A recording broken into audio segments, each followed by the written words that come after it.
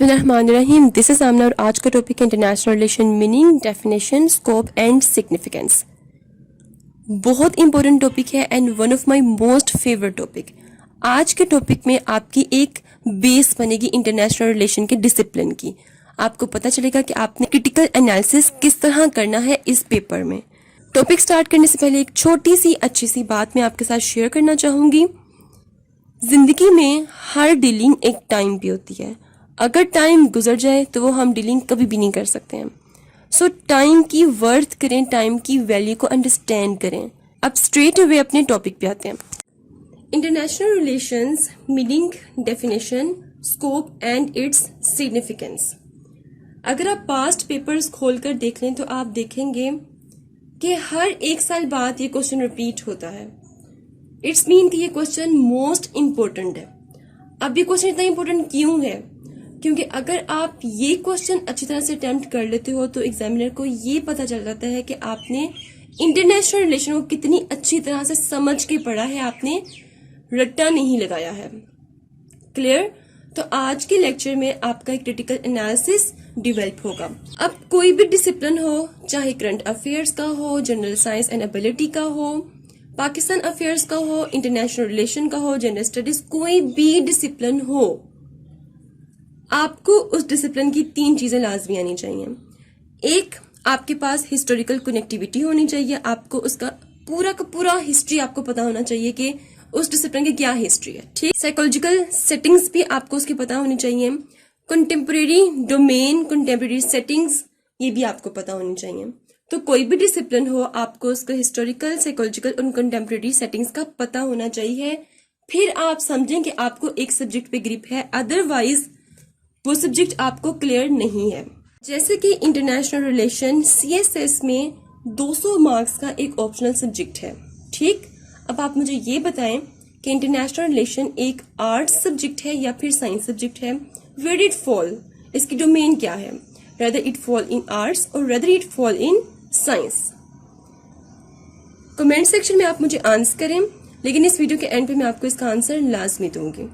Now let's understand international relation. थोड़ा सा आपको इंट्रोडक्शन दूंगी, देन आगे से हम लोग एनालिसिस करेंगे। Study international relations. International relations में हम लोग इंटरनेशनल रिलेशंस को ही स्टडी करते हैं। Connection of people, Nations, states and culture. International relation का एक लिंक होता है, एक कनेक्शन होता है। किसके साथ? लोगों के साथ, नेशंस के साथ, स्टेट्स और कल्चर के साथ। इसके अलावा इंटरनेशनल रिलेशंस में बहुत से ऐसे फैक्टर्स होते हैं जो कि इफेक्ट करते हैं इंटरेक्शन को। किसके इंटरेक्शन को? स्टेट और नॉन स्टेट एक्टर्स के इंटरेक्शन को इफेक्ट करते हैं। इंटरनेशनल रिलेशंस में हम फॉरेन पॉलिसी मेकिंग करते हैं, प्लस कॉन्फ्लिक्ट्स और कॉपरेशंस जो कि इंटरनेशनल लेवल पे हो रहे होते हैं, उन सबको स्टडी किया जाता है। प्लस इसमें नेशनल इंटरेस्ट को भी हम देखते हैं। इंटरनेशनल रिलेशन हमारी रोजमर्रा की जिंदगी के साथ लिंक्ड है, कनेक्ट है। हर पर्सन इंटरनेशनल रिलेशन के साथ लिंक्ड है। किस तरह, वो मैं आपको आगे चल के बताऊंगी। Now let's defend international relation. International relation का स्कोप क्या है, इसका सिग्निफिकेंस क्या है, इसका मीनिंग क्या है, इसकी डेफिनेशन क्या है, उसको अंडरस्टैंड करने से पहले आपको सबसे पहले इंटरनेशनल रिलेशन को जस्टिफाई करना पड़ेगा। आपको इंटरनेशनल रिलेशन को जस्टिफाई करना आना चाहिए। मैं आपको एक स्टोरी टेलिंग के वे में पूरी डिटेल समझाऊंगी। स्टोरी टेलिंग से क्या होता है कि आपका एक इंटरेस्ट डेवलप हो जाता है। तो आज की वीडियो में बहुत कुछ है सीखने के लिए, स्टे विद मी। ओके, यहाँ पे एक डिबेट है, pessimistic debate and optimistic debate. जो पेसिमिस्ट है वो इंटरनेशनल रिलेशन के खिलाफ है, वो इंटरनेशनल रिलेशन के डिसिप्लिन को डिसिप्लिन ही नहीं मानते हैं। और जो ऑप्टिमिस्टिक है वो इंटरनेशनल रिलेशन को जस्टिफाई करते हैं। तो पेसिमिस्ट जोन से है, ये जो भी कहेंगे ऑप्टिमिस्ट उसको जस्टिफाई करेंगे। Number 1, no need of international relation as a subject. जो पेसिमिस्ट है ये कहते हैं कि देखें, पूरी दुनिया में जो कुछ भी हो रहा है, जितने भी कॉन्फ्लिक्ट्स हैं, जितने भी कॉपरेशंस हैं, जो कुछ भी हो रहा है हम उनको समझ सकते हैं।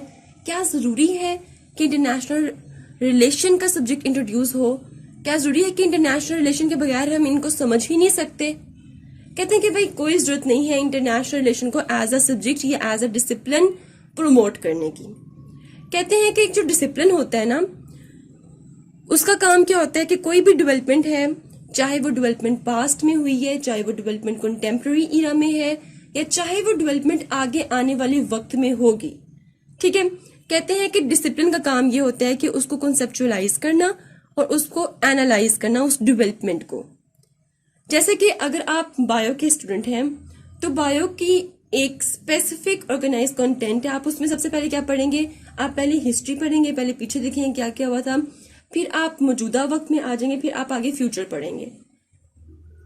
ठीक है, क्यों पढ़ेंगे, क्योंकि आपने डेवलपमेंट्स को कंसेप्चुअलाइज और एनालाइज करना है, फिर आप इस काबिल होंगे कि कंटेम्प्रेरी इरा में जो डेवलपमेंट्स हो रही हैं उनको आप देख सकें। क्लियर। आप कहते हैं कि भाई कोई जरूरत नहीं है इंटरनेशनल रिलेशन को एज अ डिसिप्लिन प्रमोट करने की, हम अंडरस्टैंड कर सकते हैं जो भी दुनिया में हो रहा है। देन ऑप्टिमिस्टिक जोन से उन्होंने इसको किस तरह से जस्टिफाई किया है। उन्होंने कहा सबसे पहले तो हम आपको ये बता दें कि इंटरनेशनल रिलेशन का जो डिसिप्लिन है वो क्यों दुनिया में आया, क्योंकि जब वर्ल्ड वॉर 1 हुई थी उस टाइम एक डिसिप्लिन था, उस डिसिप्लिन का नाम था डिप्लोमेटिक डायनामिक्स। ये एक ऐसा डिसिप्लिन था जो वर्ल्ड वॉर 1 को सही तरह से एनालाइज या कंसेप्चुअलाइज नहीं कर सका। जब उसने कंसेप्चुअलाइज नहीं किया उसके बाद जरूरत पड़ी कि इंटरनेशनल रिलेशन होना चाहिए एज अ डिसिप्लिन दुनिया में इंट्रोड्यूस हो जो कि डेवलपमेंट्स को सही तरह से एनालाइज करे। क्लियर। सो ऑप्टिमिस्टिक ये कहते हैं कि फर्ज करें आज से 50 साल पीछे चले जाएं तो बहुत से सब्जेक्ट्स ऐसे होंगे जो तब नहीं थे लेकिन अभी हैं, अभी यूनिवर्सिटीज में पढ़ाए जाते हैं, जैसे कि biochem, biotechnology, food science, clinical medicine, gender studies. ऐसे बहुत से सब्जेक्ट्स हैं जो पहले नहीं पढ़ाए जाते थे लेकिन आज पढ़ाए जाते हैं। ऑप्टिमिस्टिक कहते हैं कि ये जितने भी सब्जेक्ट जो आज पढ़ाए जाते हैं इनको इंकरेजमेंट दी है किसने, इंटरनेशनल रिलेशंस ने। कैसे? ऑप्टिमिस्टिक कहते हैं कि इंटरनेशनल रिलेशन तब भी एज अ डिसिप्लिन, तब भी एक सब्जेक्ट था जब ये कोई भी सब्जेक्ट इंट्रोड्यूस नहीं हुए थे। ऑप्टिमिस्टिक कहते हैं कि ये जितने भी नए डिसिप्लिन इंट्रोड्यूस हुए हैं यूनिवर्सिटीज में, ये कहाँ से आए हैं, इनके पीछे एक मदर डिसिप्लिन होगा। मतलब अगर जेंडर स्टडी है तो इसके पीछे 3 से 4 मदर डिसिप्लिन होंगे जहां से ये निकल के एक डिसिप्लिन बने। इंटरनेशनल रिलेशन कहता है कि डिफरेंट डिसिप्लिन से आप डिफरेंट एस्पेक्ट्स को कलेक्ट करो, कनेक्ट करो और एक नया डिसिप्लिन बना दो। ठीक है, फिर से एक्सप्लेन कर रही हूँ। डिफरेंट डिसिप्लिन से आप एस्पेक्ट्स कलेक्ट करो, कनेक्ट करो, देन आप एक नया डिसिप्लिन बना दो। IR give encouragement. So in this way IR ने जितने भी सब्जेक्ट्स आप इंट्रोड्यूस हुए इनको एनकरेजमेंट दी। कहता है कि आप किस बेस पे कहते हो कि इंटरनेशनल रिलेशन को as a subject, as a discipline introduce नहीं होना चाहिए, इंटरनेशनल रिलेशन की कोई जरूरत नहीं है, जबकि इंटरनेशनल रिलेशन तो उस वक्त था जब ये सारे जो सब्जेक्ट हैं, जब ये सारे डिसिप्लिन इंट्रोड्यूस ही नहीं हुए थे। इनफैक्ट इन सब डिसिप्लिन को एनकरेजमेंट देने वाला कौन है, इंटरनेशनल रिलेशंस ही है। सो जस्टिफाई हो गया। अब फिर पेसिमिस्ट ने क्या कहा, पेसिमिस्ट ने कहा कि आप कहते हो कि ये एक डिसिप्लिन के तौर पर प्रमोट हुआ है, इंट्रोड्यूस हुआ है। कहते हैं कि ट्रेडिशनल मैकेनिज्म होता है हर एक डिसिप्लिन का, मतलब हर डिसिप्लिन में एक ऑर्गेनाइज्ड कंटेंट होता है, एक लेआउट होता है। सपोज कि बायो है, बायो में एक ऑर्गेनाइज्ड कंटेंट है, मतलब अगर आपने बायो में क्या पढ़नी है, लाइफ को पढ़ना है, तो बायो में सबसे पहले आप सेल पढ़ोगे, उसके बाद सेल के अंदर जाओगे, सेल के ऑर्गेनेलिस, सेल के न्यूक्लियस, उसके बाद सेल से बाहर आओगे, ब्लड पढ़ोगे, ब्लड में जितने भी हार्मोन्स हैं, इसके अलावा आप पूरी बॉडी के ऑर्गन्स पढ़ोगे, ग्लैंड्स पढ़ोगे, बाहर आ जाओगे बॉडी से बाहर आप अपने स्किन को पढ़ोगे, बोन्स के नाम याद करोगे, मसल्स, मींस एक ऑर्गेनाइज्ड कंटेंट आपको नजर आएगा बायो में। पेसिमिस्ट कहते हैं कि अगर हम इंटरनेशनल रिलेशन को देखें तो इसमें तो किसी किस्म का ऑर्गेनाइज्ड कंटेंट नहीं है, इसमें तो किसी किस्म का लेआउट नहीं है, तो आप किस बेस पे कहोगे कि ये एक डिसिप्लिन है। पेसिमिस्ट कहते हैं कि इंटरनेशनल रिलेशन जो एक डिसिप्लिन है इसमें कुछ चीजें हिस्ट्री की हैं, हिस्टोरियोलॉजी की हैं, कुछ इसमें साइकोलॉजी की हैं, कुछ इंटरनेशनल लॉ से चीजें ली हुई हैं, कुछ इकोनॉमिक्स, कुछ सोशल साइंसेस से। इनफैक्ट जो थेरीज हैं इंटरनेशनल रिलेशन की वो भी इसकी अपनी नहीं है, बहुत थोड़ी सी थेरीज इंटरनेशनल रिलेशंस की जो इसकी अपनी है, बाकी की थेरीज इसने सोशल साइंसेस से बोरो की हुई हैं। पेसिमिस्ट कहते हैं कि इसमें किसी किस्म का ऑर्गेनाइज कंटेंट नजर नहीं आ रहा, मीन्स ये कोई डिसिप्लिन नहीं है, ये एक इंडिपेंडेंट डिसिप्लिन नहीं है। अब इसको जस्टिफाई किस तरह किया है वो देखते हैं। ऑप्टिमिस्टिक कहते हैं कि आप क्या ऑर्गेनाइज कंटेंट की बात कर रहे हो, आप क्या लेआउट की बात कर रहे हो। आईआर एक ऐसा डिसिप्लिन है जो कि ट्रेडिशनल मैकेनिज्म को मानता ही नहीं है। आईआर ऑर्गेनाइज कंटेंट को मानता ही नहीं है। आईआर का एक अपना लेआउट है, आईआर का एक अपना वे है। ऑप्टिमिस्टिक कहते हैं कि हमारी नजर में एक डिसिप्लिन का पर्पस ये है कि आप ह्यूमैनिटी को सर्व करो, आप नॉलेज को प्रोड्यूस करो, प्रमोट करो, प्रोटेक्ट करो नॉलेज को। ठीक है, कहते कि भाई हम organize content, layout, traditional mechanism, इन सब से आगे निकल के हम बहुत बड़ी बात कर रहे हैं। हम ह्यूमैनिटी को सर्व करना चाह रहे हैं, हम नॉलेज को प्रमोट एंड प्रोड्यूस करना चाह रहे हैं। हमारा जो टारगेट है वो ये है कि हम कॉन्फ्लिक्ट्स को मिनिमाइज और कोऑपरेशन को मैक्सिमाइज करना चाह रहे हैं। फिर वो इस बात को मजीद एक्सप्लेन करते हैं। वो कहते हैं कि आप देखें कि दुनिया में आपको ग्लोबलाइजेशन के इम्पैक्ट्स नजर आ रहे हैं हर जगह पे। आप देखें कि आपको आर्टिफिशियल इंटेलिजेंस आजकल नजर आ रहा है। आप देखें कि ट्रेड होती हुई नजर आ रही है, पीस ट्रीटीज नजर आ रही हैं। तो ये सब क्या है? ये सब कॉपरेशन की चीजें नजर आ रही हैं आपको। आप ट्रेड आपको नजर आएगी। ट्रेड किस बेस पे नजर आ रही है? जब ट्रेड होती है तो कॉपरेशन होता है, कॉन्फ्लिक्ट्स खत्म होते हैं। कहते हैं ये सब क्या है? ये सब इंटरनेशनल रिलेशंस की वजह से है। ऑप्टिमिस्टिक कहते हैं कि हमारा टारगेट बेसिकली ह्यूमैनिटी को सर्व करना है, हमारा टारगेट बेसिकली कन्फ्रंटेशन दुनिया से खत्म करना है और कॉपरेशन बढ़ाना है। सो इसलिए हमारे लिए ट्रेडिशनल मैकेनिज्म मैटर नहीं करता। इंटरनेशनल रिलेशन जो डिसिप्लिन है इसमें ऑर्गेनाइज कंटेंट की जरूरत नहीं है, ये बहुत बड़ा काम कर रहा है। Now it's time to answer that question जो मैंने आपसे बिल्कुल स्टार्ट में पूछा था कि आईआर की डोमेन क्या है, आईआर कहाँ फॉल करता है, आर्ट्स में या फिर साइंस में। अब पेसिमिस्ट कहते हैं कि अगर आप कह रहे हैं कि आईआर एक डिसिप्लिन है तो हमें बताएं कि आईआर आर्ट्स का डिसिप्लिन है या फिर साइंस है। पेसिमिस्ट कहते हैं कि इंटरनेशनल रिलेशन जो डिसिप्लिन है इसमें कुछ चीजें हिस्ट्री से बोरो की हुई हैं, मींस इसमें साइंटिफिक मेथड्स हैं, सो ये साइंस हुई। ठीक है, कहते हैं लेकिन कुछ चीजें इसमें हिस्टोरियोग्राफी से बोरो की हुई हैं, उस बेस पे ये आर्ट हुई। हिस्टोरियोग्राफी क्या होता है कि एक हिस्ट्री को किस तरह से लिखा गया है और आपकी एबिलिटी क्या है, हिस्टोरिकल अंडरस्टैंडिंग टाइम के साथ किस तरह चेंज हो रही है, उस स्टडी को हम कहते हैं हिस्टोरियोग्राफी। क्लियर? पॉलिटिक्स कहते हैं कि इंटरनेशनल रिलेशन डिसिप्लिन में पॉलिटिक्स का भी जिक्र है, तो उस बेस पर तो इसे आर्ट्स होना चाहिए। मीन्स ये कंफ्यूज है और ये पूछना चाह रहे हैं ऑप्टिमिस्टिक से। फिर कहते हैं कि जो मोर्गेंथो है वो कहता है कि IR is a science of art. Morgenthau एक मेजर फिगर है इंटरनेशनल रिलेशंस की। मोर्गेंथो को इंटरनेशनल रिलेशन का फादर कहा जाता है। तो मोर्गेंथो ने तो चीज को और ही चेंज कर दिया। उसने कहा है कि इंटरनेशनल रिलेशन क्या है, एक साइंस है आर्ट की। उसने चीजों को अमलगम कर दिया है। तो अब ये क्या है, ऑप्टिमिस्टिक किस तरह इसको जस्टिफाई करते हैं वो देखते हैं। IR all together completely neither science और नोर एन आर्ट। ऑप्टिमिस्टिक कहते हैं कि इंटरनेशनल रिलेशन का जो डिसिप्लिन है वो ना तो साइंस है और ना ही वो आर्ट है। हम मोर्गेंथो के साथ एग्री करते हैं। उन्होंने जो कहा है ना कि आईआर एक साइंस ऑफ आर्ट है, सो वी अग्री विद मोर्गेंथो। कहते हैं कि हमारे नजदीक आर्ट या साइंस मैटर नहीं करता, हमारे नजदीक इंटरनेशनल रिलेशन एक मेजर फ्लेक्सिबल अप्रोच है। मतलब बहुत सी चीजें इसमें है, इसमें बहुत सी अप्रोचेस हैं कि अगर हम इसकी किसी एक अप्रोच को ही स्टडी करें तो हमें समझ आना लग पड़ेगी कि हाँ इंटरनेशनल रिलेशन ये चीज है। ऑप्टिमिस्टिक कहते हैं कि अब क्या होता है कि कोई भी डेवलपमेंट हुई दुनिया में तो हम कोई भी एक थ्योरी उठाते हैं और उस पर अप्लाई कर देते हैं, उस पर इम्प्लीमेंट कर देते हैं उस डेवलपमेंट पे।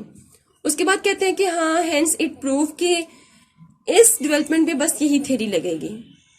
लेकिन ऑप्टिमिस्टिक कहते हैं कि हमारी अप्रोच ये नहीं है, हमारी अप्रोच तो बहुत फ्लेक्सिबल है, मेजर फ्लेक्सिबल अप्रोच है। ऑप्टिमिस्टिक कहते हैं कि अगर एक डेवलपमेंट दुनिया में हुई है तो हम उस पे हर थ्योरी अप्लाई करके देखेंगे कि इस डेवलपमेंट पे कौन कौन सी थ्योरी अप्लाई होती है। हम रियलिज्म, लिबरलिज्म, कंस्ट्रक्टिविज्म, हम हर चीज, हर थ्योरी अप्लाई करने की कोशिश करेंगे और फिर जो कंक्लूजन निकलेगा हम उसके साथ जाएंगे। अब अगर मैं इसकी अप्रोचेस की बात करूं तो इंटरनेशनल रिलेशंस में कितनी अप्रोचेस हैं? Constructive approach, liberal approach, revolutionary approach and alternative approach. Constructive approach में रियलिज्म की थ्योरी आ जाती है, उसमें क्लासिकल रियलिज्म, स्ट्रक्चरल रियलिज्म, ये सब इन्वॉल्व है। अब ऑप्टिमिस्टिक कहते हैं कि अगर आप सिर्फ कंस्ट्रक्टिव अप्रोच ही पढ़ लो इंटरनेशनल रिलेशन की, so you understand international relation very well. Then वो कहते हैं कि अगर आप लिबरल अप्रोच के पास जाओ, आप वो पढ़ने की कोशिश करो, तो उसमें liberal internationalism, liberalism, liberal idealism, liberal institutionalism, ये सारी थ्योरीज आ जाएंगी। अगर आप इनको पढ़ो तो आप और IR को अंडरस्टैंड करोगे। देन वो कहता है कि रेवोल्यूशनरी अप्रोच है, देन ऑल्टरनेटिव अप्रोच है।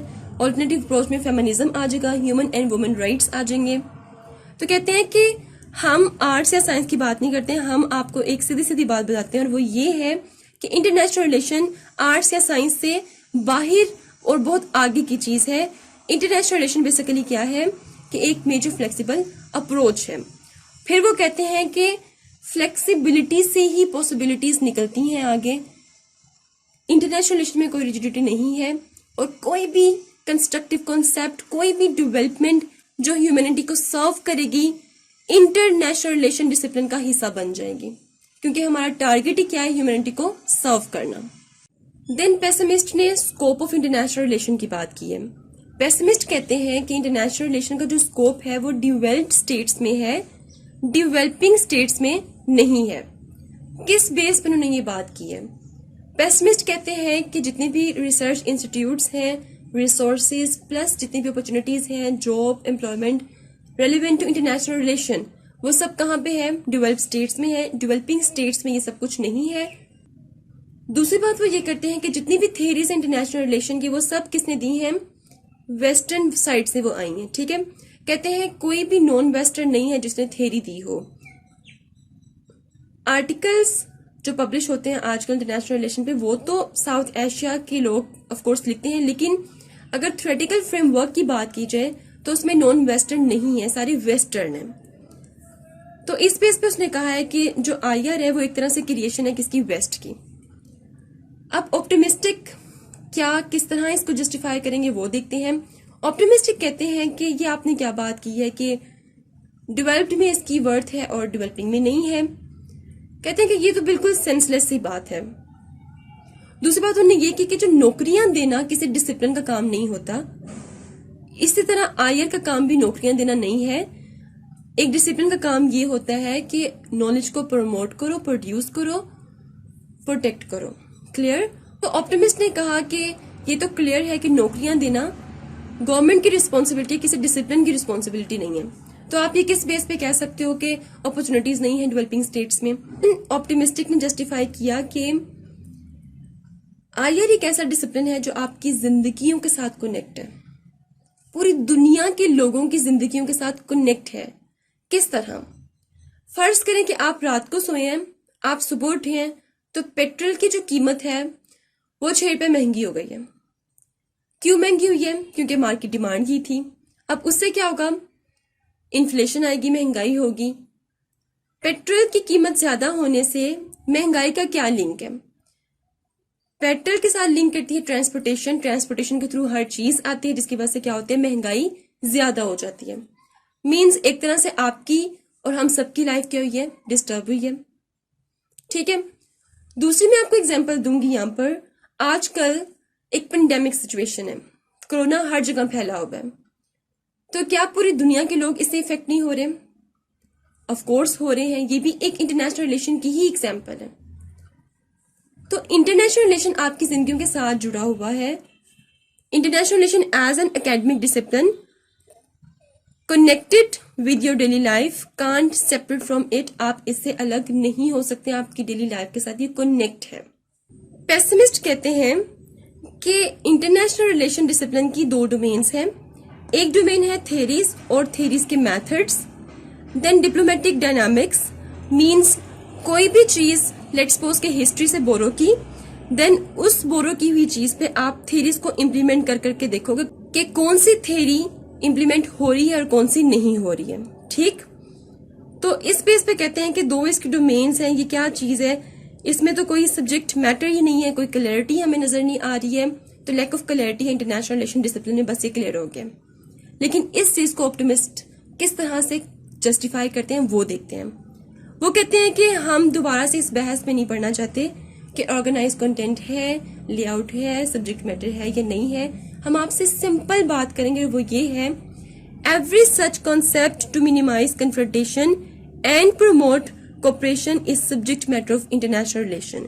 कहते हैं हम आपको ऑलरेडी बता चुके हैं कि हमारा टारगेट क्या है, दुनिया से कॉन्फ्लिक्ट्स कन्फ्रंटेशंस को खत्म करना और कोऑपरेशंस को इंक्रीज करना, प्रमोट करना। तो ऐसा कोई भी कॉन्सेप्ट जिसमें कॉन्फ्लिक्ट्स खत्म हो रहे हो, जिसमें कोऑपरेशन प्रमोट हो रहा हो, वो ही इंटरनेशनल रिलेशन का सब्जेक्ट मैटर है। उसके बाद उन्होंने कहा कि दुनिया में जितने भी सब्जेक्ट हैं, जितने भी डिसिप्लिन्स हैं, वो किस तरह प्रमोट होते हैं, उनकी ग्रोथ किस तरह होती है वर्टिकली, लेकिन IR मूव्स हॉरिजेंटली।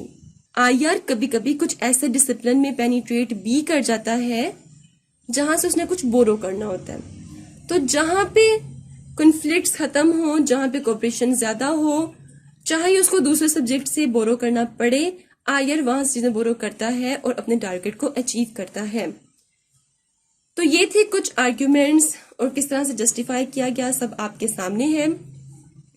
आप देखें कि अभी तक मैंने आपको एक जो एग्जैक्ट डेफिनेशन इंटरनेशनल रिलेशन की वो आपके साथ मैंने शेयर नहीं की है, प्लस सिग्निफिकेंस मैंने आपके साथ शेयर नहीं किया, थोड़ा सा स्कोप मैंने आपके साथ शेयर किया है, थोड़ा सा मीनिंग मैंने आपको समझाने की कोशिश की है। आज की वीडियो का जो मेन मकसद था वो ये था कि आपको क्रिटिकल एनालिसिस, क्रिटिकल एवेल्युएशन करना आ जाए। जितनी भी थेरीज हैं इंटरनेशनल रिलेशन में, उन सब पे क्रिटिसिज्म लिखा गया है, ठीक है। उसके बाद क्रिटिकल एवेल्युएशन होती है। आज की वीडियो से कम आप ये कुछ तो सीख ही गए होंगे, अगर आपने कुछ नहीं सीखा तो। बाकी के सिग्निफिकेंस, बाकी की definition, meaning of international relation part 2 में मैं आपके साथ डिस्कस करूंगी। आज मैंने आपको क्रिटिकल एनालिसिस, क्रिटिकल एवेल्युएशन किस तरह करते हुए मैंने आपको सब सिखा दिया। इंटरनेशनल रिलेशन आपको समझ आ जानी चाहिए अब। Do write your questions in comment section below. Hit the subscribe and like button if you haven't yet. Be part of CSS PMS with Amna. मिलते हैं नेक्स्ट हॉट इशू के साथ। अंटिल देन मुझे अपनी दुआओं में याद रखिए। Stay tuned and Allah Hafiz.